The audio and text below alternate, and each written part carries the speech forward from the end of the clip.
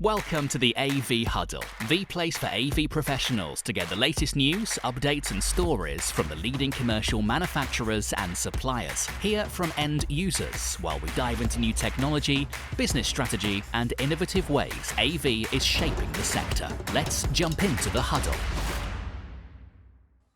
Hi, good morning everybody and welcome to another episode of AV Huddle. My name is Mitesh from AVM Solutions and today our guest is Charlie, and Charlie's from Smart Technologies. He's the Enterprise BDM.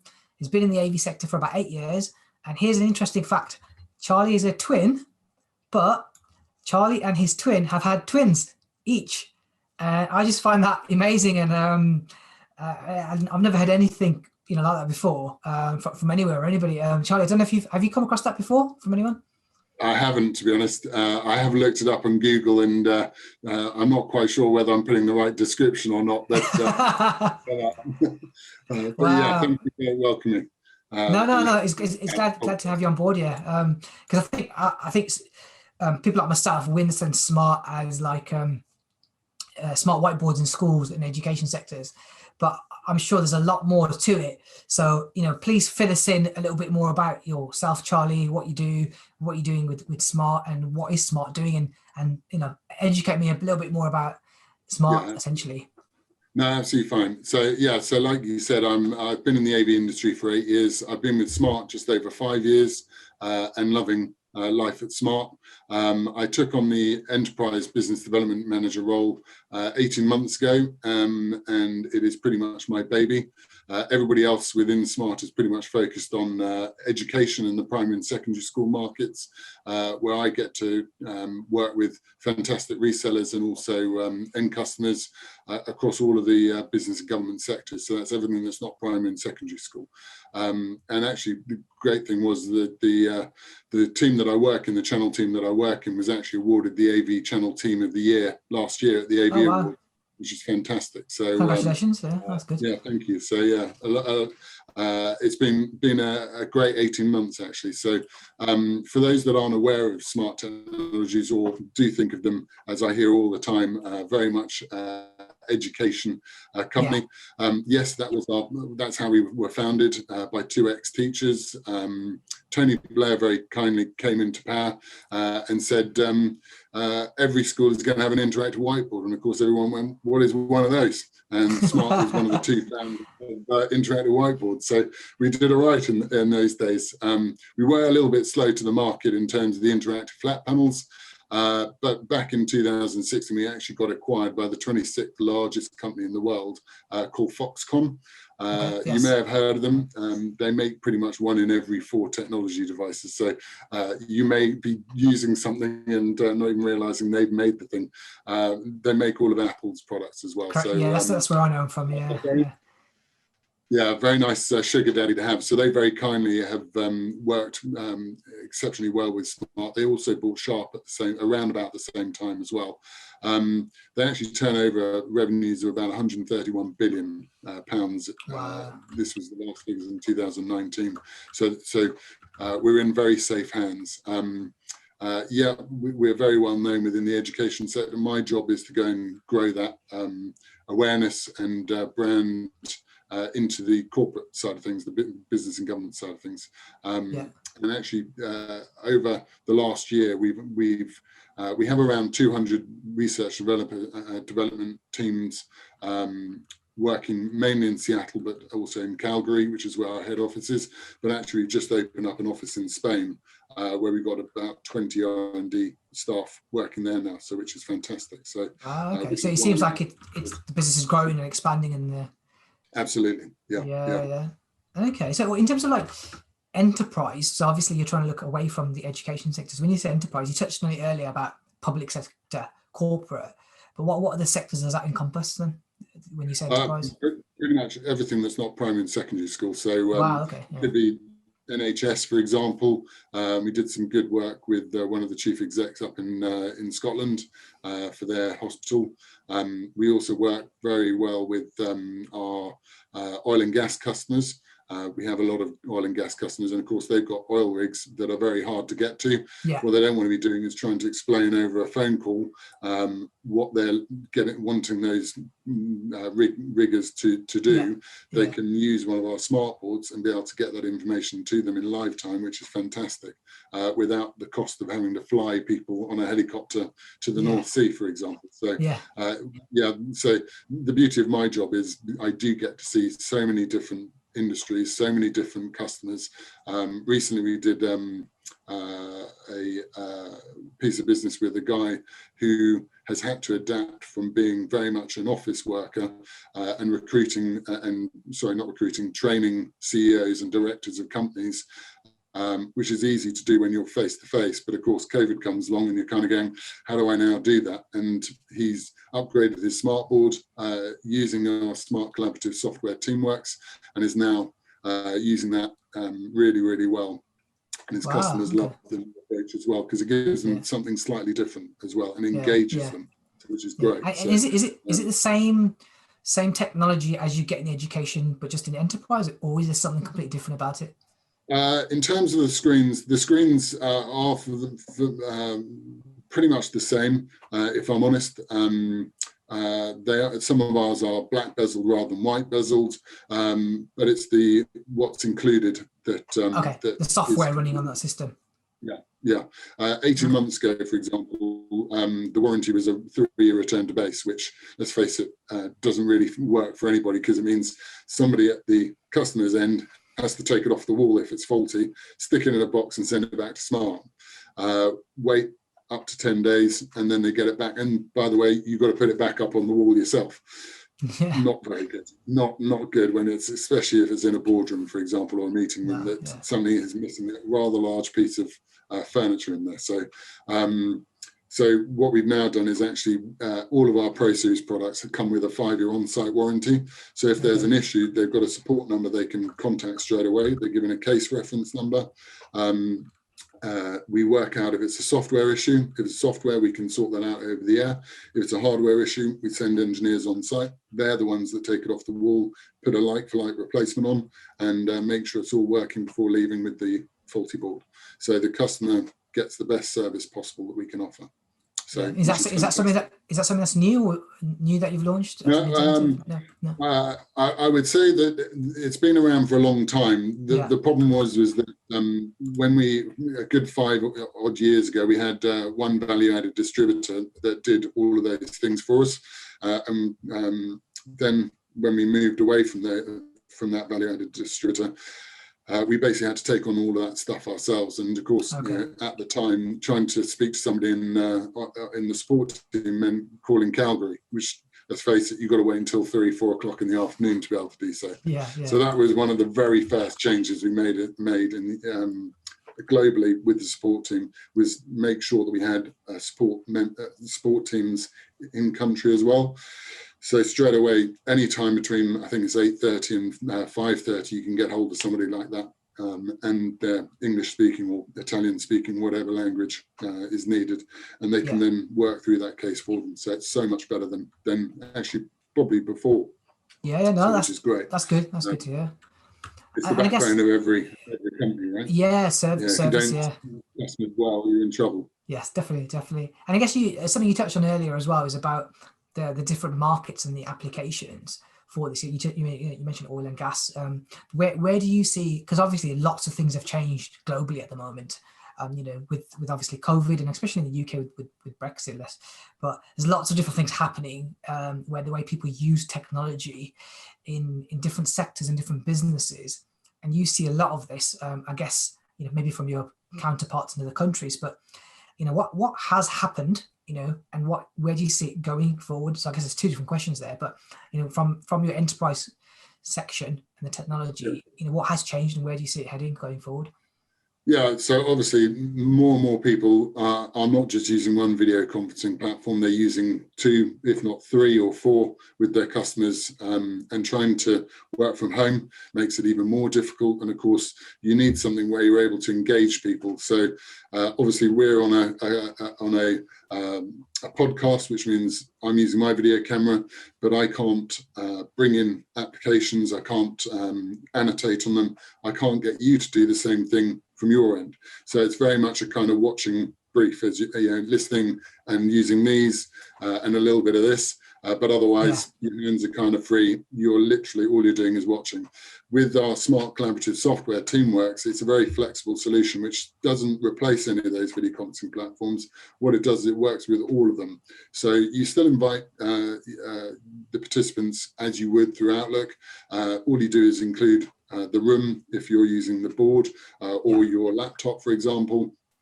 And then you just open Teamworks through your Windows 10 laptop, for example, or on the board, and you can then bring in files into a whiteboard experience, which means you can then pick up a pen and you can start writing in there. Nitesh, you might then say, well, actually, I've just taken a photo of something that I think is relevant to this conversation. You can then send that in.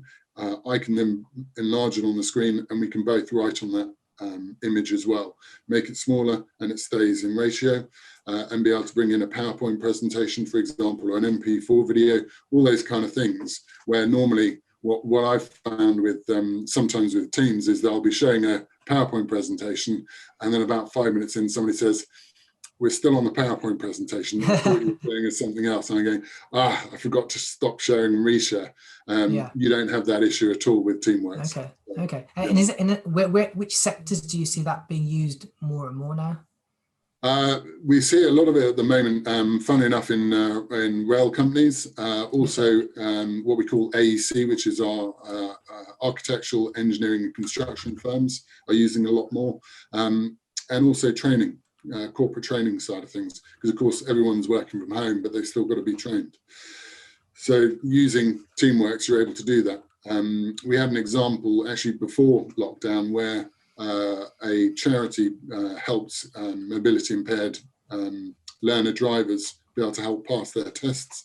But of course they were having to go to 16 different locations throughout the country every month to do the training, which of course costs a lot of money. You have to stay the night sometimes, all those kind of things. And they actually came in just to make sure that the pen writing was great on our boards. They hadn't even heard of Teamworks, and I sat them down and I asked them what their requirements were and why they were so interested in the pens. And they wanted to bring up things like roundabouts, be able to write on them so that the person at the other end could draw which way they're supposed to go around a roundabout, for example. And I said, well, hang on, Teamworks, I think, is exactly what you're looking for. And we sat down, I gave them a demonstration. They said, this means that we don't have to travel every month to 16 different locations. We can beam that straight into the person's house and they can do it from where they are, rather than them having to come to a centre, and changed their whole perspective of what they could do. And they were blown away. I sometimes find when I do demos that I do get the comment of, wow, that blew my mind.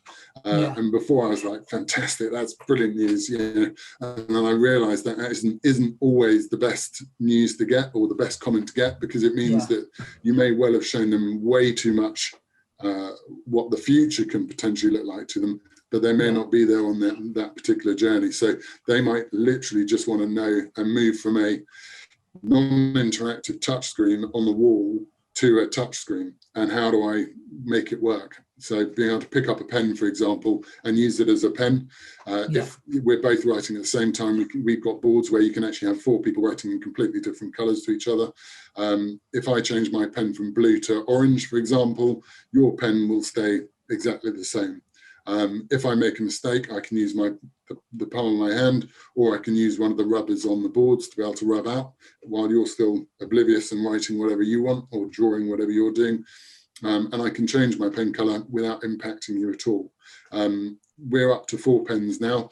Most of our competitors are still at the stage where the 2 pens are exactly the same. So if one changes, the other one changes colour. What they also have to do, which we don't with ours, is they have to choose, if they make a mistake, they have to choose a rubber. then they have to choose the size of the rubber, then they have to rub out, and the other person's going, why is my pen not working? You don't have that Right. with Smart. You can just rub out whenever you want, not a problem at all. You don't have to press menus, and then your finger basically moves the page along or moves objects along. So it's very, very intuitive for end customers. So when they're looking for a product that, yes, they do cost a bit, they want to know that it's as easy to use as possible, and that's what Smart offers. It's a walk up and use experience. Yeah, so it's like I guess what you're saying, it's a simple, user intuitive collaboration tool that really helps people. And I guess the Teamworks you mentioned there, is that just purely a standalone software, or is that goes with your hardware? So we actually, it is a subscription model. There's no getting around it, but actually if I've done my job right and it's what the customer is looking for, then actually they see the value of that. So we include a 1-year room license with our Teamworks with each of our Pro Series boards. You also get a 5-year remote management software subscription, so it works very much like a mobile device management solution. So they're able to basically, an IT manager can be sitting in his living room, for example, and he can look after his whole estate wherever it is in the world from his laptop, which is so powerful. But yeah, Teamworks, it basically means that with the room edition, it means that you can have up to 8 people within the room screen sharing, and it can be any device. So it could be Android, Apple, Chromecast or Miracast, not a problem at all. And actually with Miracast now you have touchback. So if you remember a while ago in those days where we had loads of people in meeting rooms, and it's always the person right at the back of the room who then has to move everybody out of the way, plug his cables in and all that to be able to do his presentation or her presentation. You don't have that issue anymore. I could be the last one in. I can go, oh, actually I'm first up. I can do Windows K, tick the touchback button, and I can then walk to my board, to the board at the front of the room without any cables being connected to it at all. And I can then go through my slides. I can annotate on them. I can do whatever I want with them and manipulate my laptop from the board, which is fantastic. So you no longer need to hear next slide, please, next slide, please, and all that sort of stuff as we're becoming accustomed to hearing, right? Wow, yeah, definitely. Well, it seems so much has changed and developed, I guess, with technology these days. Yeah, big time. Yeah, definitely. And I guess where do you see the future going, or what are you working on now, which isn't there yet, or maybe is coming very, very soon, in terms of R&D? So when you have 200 plus research developers, they are constantly under pressure to keep performing and bringing out new updates and so on. We at the moment we don't have any updates ready to go. We've literally just done one recently, and actually what we did was we added a number of different templates within and backgrounds within Teamworks. So most of our development goes on the enterprise side of things, or business and government side of things, is all around Teamwork. So as a company, you purchase our Pro Series board, for example. We have a very large drinks company, soft drinks company, who want their logo at the bottom of every slide and then bubbles going down the right hand side.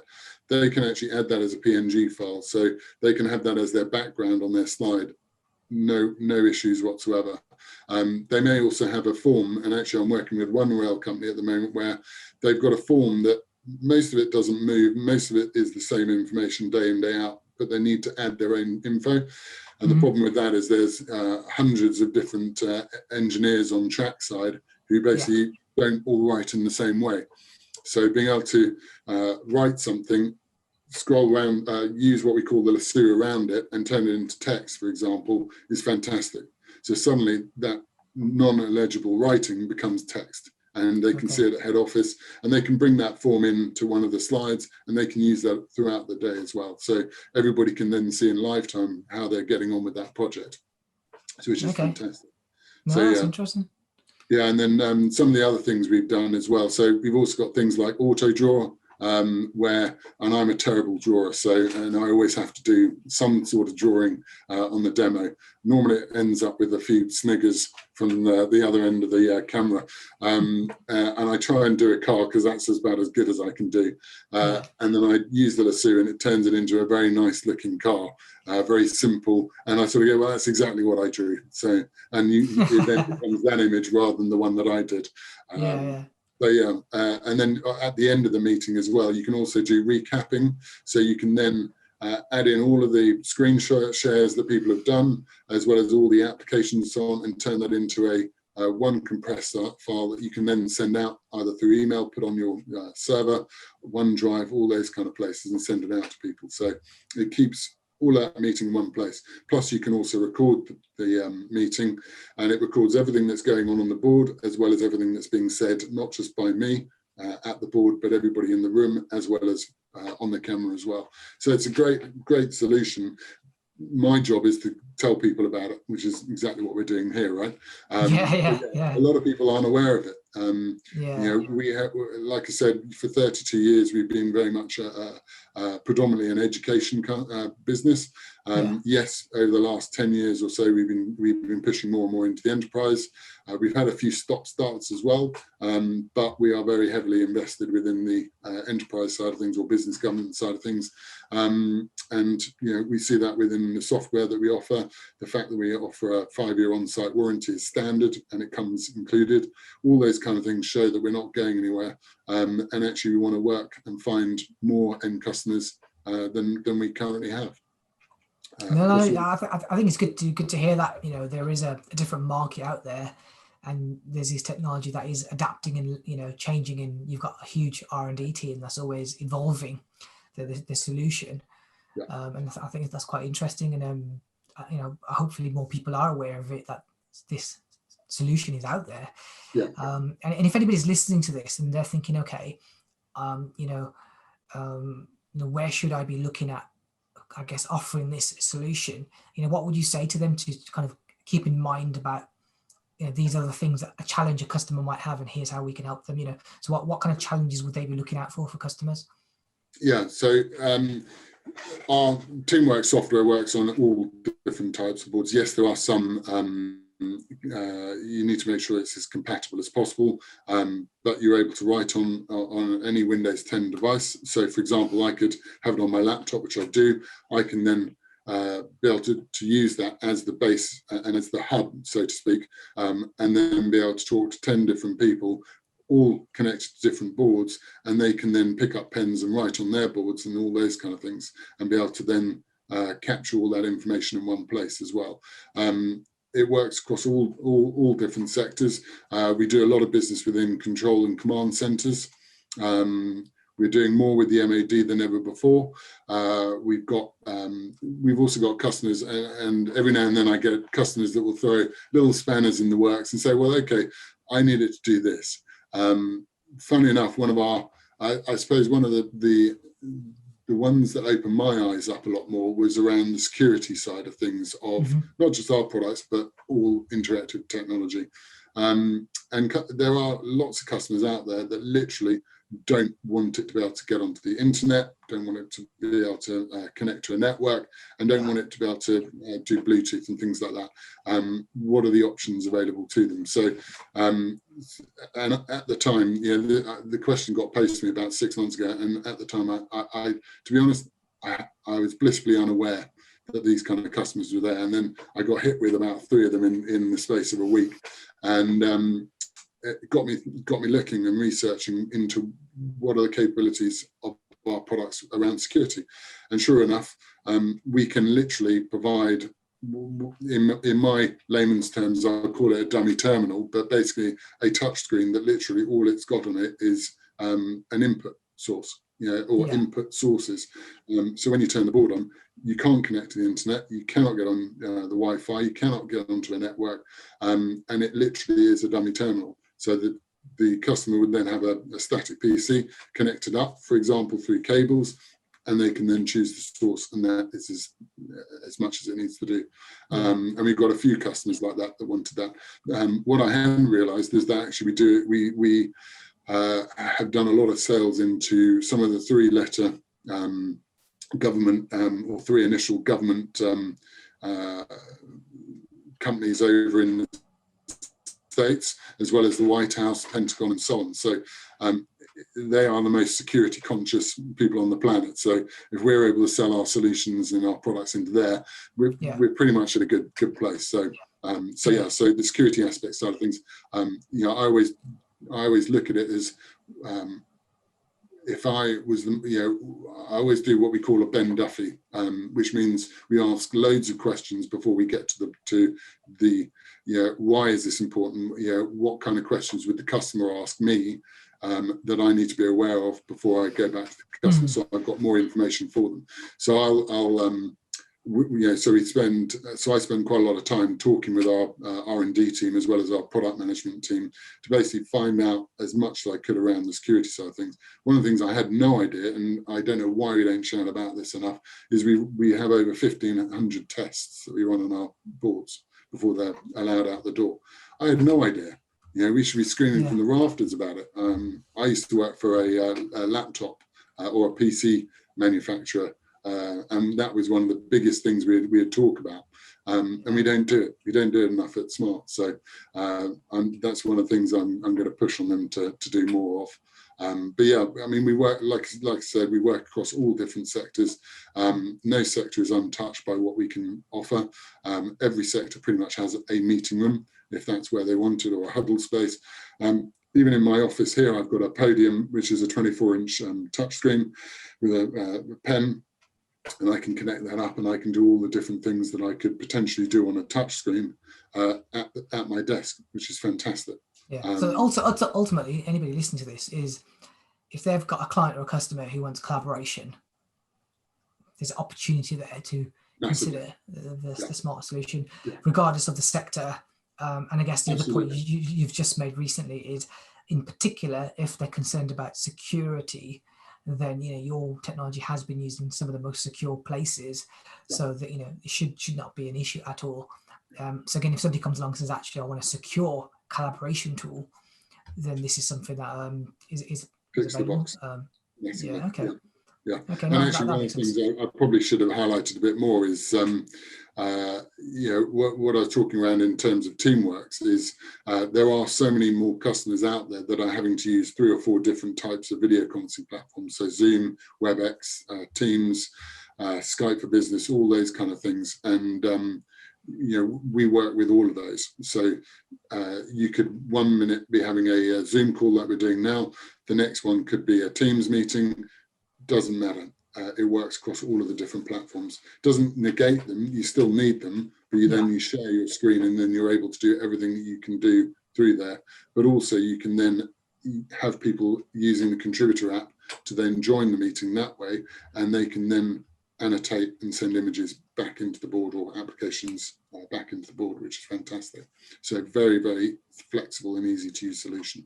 We make it as easy as possible. And in fact, we even have a tutorial page where you can find short videos on how to wirelessly present all of the different types of screen sharing applications.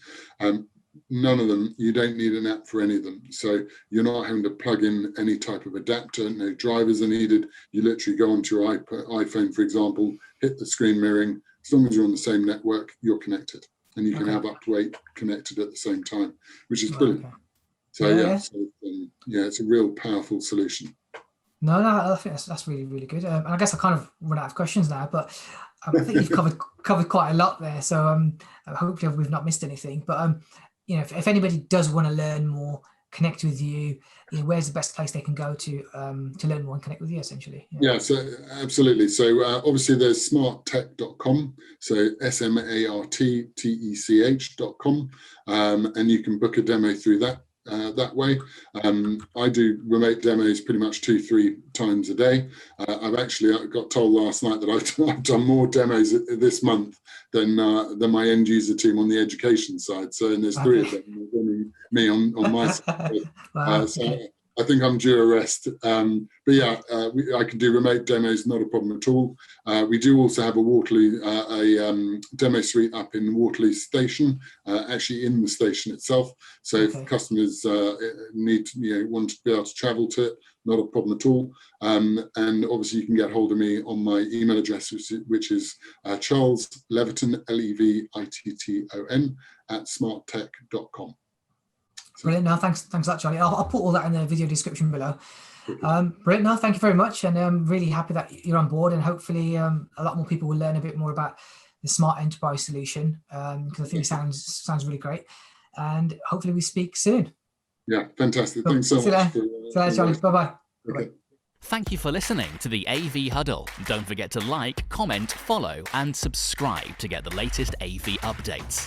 AV Huddle, powered by AVM Solutions.